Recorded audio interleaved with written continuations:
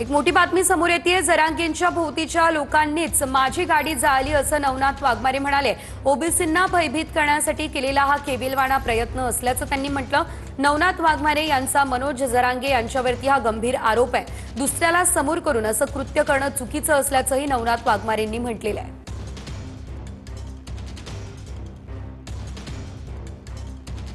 खरं तर ही अज्ञात म्हणण्यापेक्षा मनोज जरांगे यांच्या जवळच्या मनोज जरांगेच्या अवतीभोवती फिरणाऱ्या लोकांनी ही गाडी जाळवण्याचा प्रयत्न केलाय आणि हे कुठेतरी ओबीसींना भयभीत करण्यासाठी केलेला केविलवाना प्रयत्न आहे।